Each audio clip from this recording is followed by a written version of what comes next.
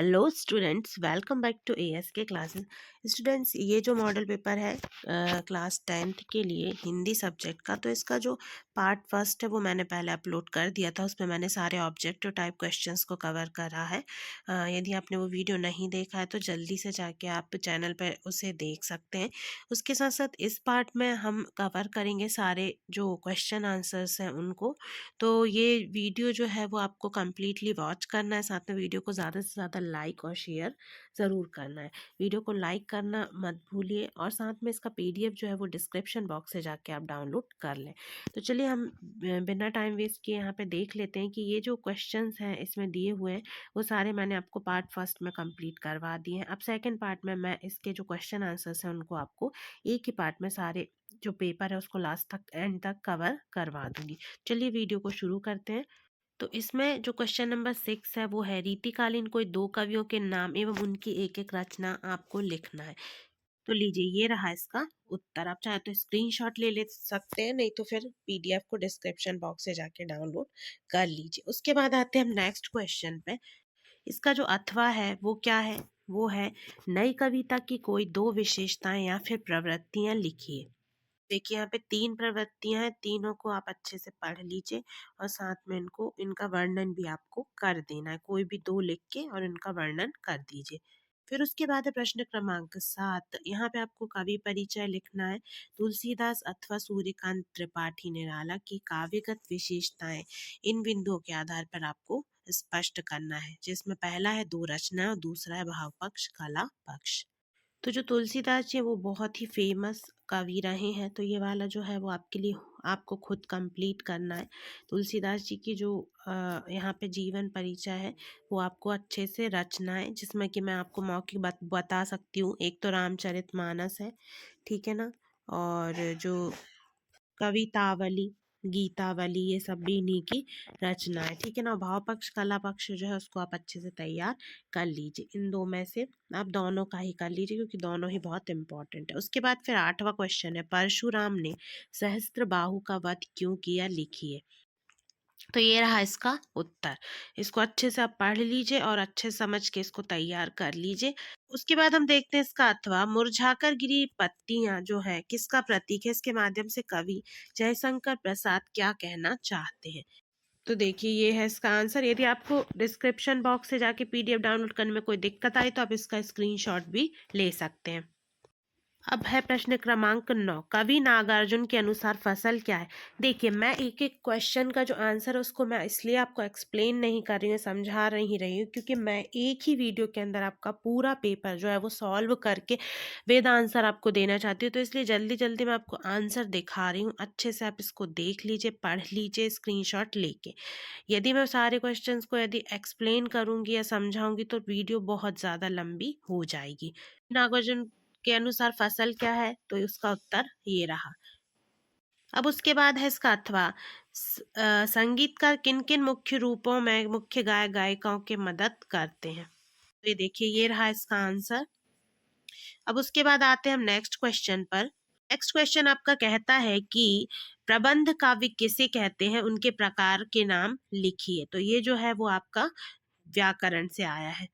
यह प्रबंध काव्य की परिभाषा के साथ यहाँ भेद दिए हुए 3 प्रकार है, तो इनको अच्छे से आप याद कर लीजिए। उसके बाद इसका जो अथवा है वो है माधुर्य गुण की परिभाषा आपको उदाहरण सहित लिखना है। ये सारे 2 नंबर के प्रश्न हैं, तो इनमें 2 अंक के ही अकॉर्डिंग आपको लिखना है। तो ये है माधुर्य गुण की परिभाषा और साथ में यहाँ पे आपको उदाहरण भी मैं बता दे रही हूँ। पहले इसकी आप एक बार स्क्रीनशॉट ले लीजिए। अब उसके बाद ये है इसका उदाहरण। उसके बाद अगला प्रश्न है प्रश्न क्रमांक 11। प्रश्न क्रमांक 11 में पूछा गया है चौपाई छंद के लक्षण उदाहरण सहित लिखिए। तो ये आपके चौपाई छंद के लक्षण है। यहाँ पे टोटल आपके 6 लक्षण दिए हुए हैं। उसके बाद आते हैं हम अगले प्रश्न पर। अगला प्रश्न जो है वो यहाँ पे है 11वीं का अथवा पुनरुक्ति प्रकाश अलंकार की परिभाषा उदाहरण सहित लिखिए। तो ये यहाँ पे है इसकी परिभाषा। उसके बाद इसका जो उदाहरण है इसका स्क्रीनशॉट ले लीजिए। अब उसके बाद इसका जो उदाहरण है वो ये दिया हुआ है। कोई भी आप 4 लाइनें इसमें लिख दीजिए। ठीक है ना। ये कोई भी 4 लाइनें आप लिख सकते हैं। अब उसके बाद अगला प्रश्न जो है वो है आपका प्रश्न क्रमांक 12। कहानी और उपन्यास में कोई 2 अंतर लिखना है। मोस्ट इंपॉर्टेंट क्वेश्चन, इसको अच्छे से तैयार कर लीजिए। उसके साथ साथ उसके ही अथवा में आपसे पूछा गया है नाटक और एकांकी में कोई 2 अंतर लिखिए। तो दोनों ही अंतर है, पहला है कहानी और उपन्यास में, दूसरा है नाटक और एकांकी में। तो ये देखिए यहाँ पे कहानी और उपन्यास में जो अंतर है वो ये है 2 अंतर, उसके नीचे ये 2 और अंतर। तो ये ऐसे करके 4 अंतर है एक साथ। आप चाहें तो इसका ऐसे स्क्रीनशॉट ले सकते हैं, अब ले सकते हैं इस तरीके से, जिससे कि पूरा कवर हो जाएगा। उसके बाद फिर आ जाते हैं हम नाटक और एकांकी में। तो यहाँ पे नाटक और एकांकी में अंतर है ये दिए हुए, तो इनको भी अच्छे से आप तैयार कर लें।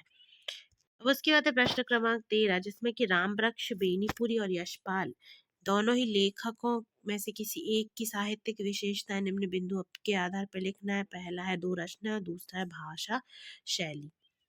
ये देखिए ये है जो यशपाल जी की जो रचना है उनकी एक ट्रिक भी है, यहाँ पे उसको भी पढ़ लीजिए। उसके आधार पे आप इनकी 4 रचनाएं याद कर सकते हैं। उसके बाद इनकी भाषा शैली भी यहाँ दी हुई है। उसके बाद फिर हम आगे बढ़ेंगे और देखेंगे राम वृक्ष बेनीपुरी। तो यहाँ पे भी ट्रिक दी हुई है इनकी रचनाओं के लिए, और नीचे भाषा शैली का वर्णन है। तो आप रचनाएं और भाषा शैली अच्छे से यहाँ से याद कर लें। अब आते हैं हम अगले प्रश्न पर। अगला प्रश्न है प्रश्न क्रमांक 14। नवाब साहब द्वारा खीरा खाने की तैयारी का वर्णन लखनवी अंदाज पाठ के आधार पर आपको करना है। तो ये देखिए ये रहा इसका उत्तर, इसका स्क्रीनशॉट ले लें। अब उसके बाद आगे बढ़ते हैं। अगला जो प्रश्न है वो है इसका अथवा। मन्नू भंडारी के व्यक्तित्व पर किन किन व्यक्तियों का किस रूप में प्रभाव पड़ा। देखिए ये उत्तर जो है वो थोड़ा बड़ा है, आप चाहें तो इसको पढ़ के अपनी भाषा में लिख सकते हैं। तो इसको एक बार आप अच्छे से पढ़ लीजिए, फिर इसको हिंदी एक ऐसा विषय है कि जिसमें आप उसको थोड़ा सा अपनी भाषा में भी कन्वर्ट करके और आसान भाषा में लिख सकते हैं। 2 अंक के हिसाब से आप इसका छोटा उत्तर बना के लिख दीजिए। मुख्य मुख्य जो बातें हैं वो आप लिख दीजिए, या फिर जो हाईलाइटेड है यहाँ से लेके यहाँ तक इसको आप लिखते हैं 2 अंक में।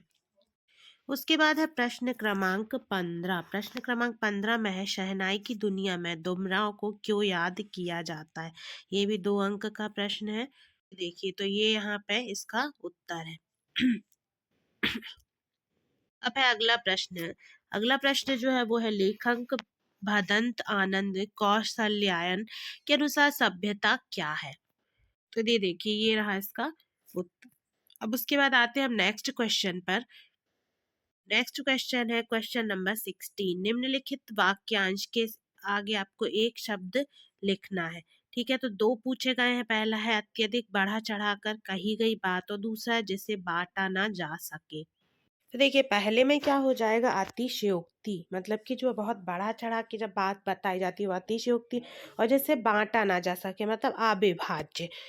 इसके अथवा में है निम्नलिखित लोकोक्तियों के अर्थ लिखते हुए वाक्य में आपको प्रयोग करना है। पहला है आम के आम गुठलियों के दाम, पहला। दूसरा है ऊंट के मुंह में जीरा। देखिए पहले का जो अर्थ है वो है एक बार व्यय होने पर 2 बार लाभ पाना, इसका वाक्य आप बनाएं। उसके बाद दूसरा है ऊंट के मुंह में जीरा का मतलब है आवश्यकता से कम होना। तो इसका जो वाक्य है वो आपको बनाना है, ये आपको खुद से करना है। उसके बाद फिर प्रश्न क्रमांक 17। कभी श्वेत तो कभी रंगीन पताकाओं का लगाना किन किन अलग अवसरों की ओर संकेत करता है, इसके बारे में आपको बताना है। देखिए यहाँ पे इसके बारे में बताया गया है कि श्वेत और कभी रंगीन पताकाएं कब कब किन अवसरों पर अलग अलग लगाई जाती है। तो पहले श्वेत पताकाओं के बारे में दिया गया है, फिर नीचे रंगीन पताकाओं के बारे में। इसके बाद इसका जो अथवा है उसमें क्या पूछा गया है, उसमें पूछा गया है कि लेखक आज्ञे के अनुसार प्रत्यक्ष अनुभव की अपेक्षा अनुभूति उनके लेखन लेखन में कहीं अधिक मदद करती है, इसका क्या कारण है। तो ये देखिए ये रहा इसका उत्तर, इसका स्क्रीनशॉट ले लें। उसके बाद फिर आगे बढ़ते हैं। अब इसके बाद जो प्रश्न है वो है प्रश्न क्रमांक 18। ये जो है वो एक काव्य लिया गया है, उसका भावार्थ लिखना है। तो ये आपको करना है, इन दो में से कोई भी एक। ये 3 अंक का प्रश्न है। उसके बाद ये जो गद्यांश है उसमें हालदार साहब और दूसरा नीचे दिया गया है इसका अथवा। तो इसको भी आपको जिस भी पाठ से आया गया है उसको अच्छे से तैयार कर लीजिए। फिर प्रश्न क्रमांक 20 पूछा गया है कि धूम्रपान को रोकने के लिए उनसे हानि बनाते बताते हुए आपको एक विज्ञापन बनाना। तो एक आकर्षक विज्ञापन यहाँ पे बनाना है। उसके अथवा में है मेरे जीवन का लक्ष्य विषय पर एक अनुच्छेद लिखना है। दोनों में से जो भी सरल आपको लगता है वो आप कर लें। उसके बाद नीचे एक काव्यांश है, उसको पढ़ना है और इसके उत्तर आपको देना है। तो आप इसको पढ़ के और इनके उत्तर खोजें, बहुत आसान है। इससे आपकी प्रैक्टिस भी हो जाएगी और साथ में ये भी आपको पता चल जाएगा कि आप कितने अच्छे से सटीक और कितने कम समय में उत्तर खोज सकते हैं। अब उसके बाद नीचे गद्यांश है, इसमें भी आपको शीर्षक और कुछ प्रश्न जो है वो इसमें से ही खोजना है।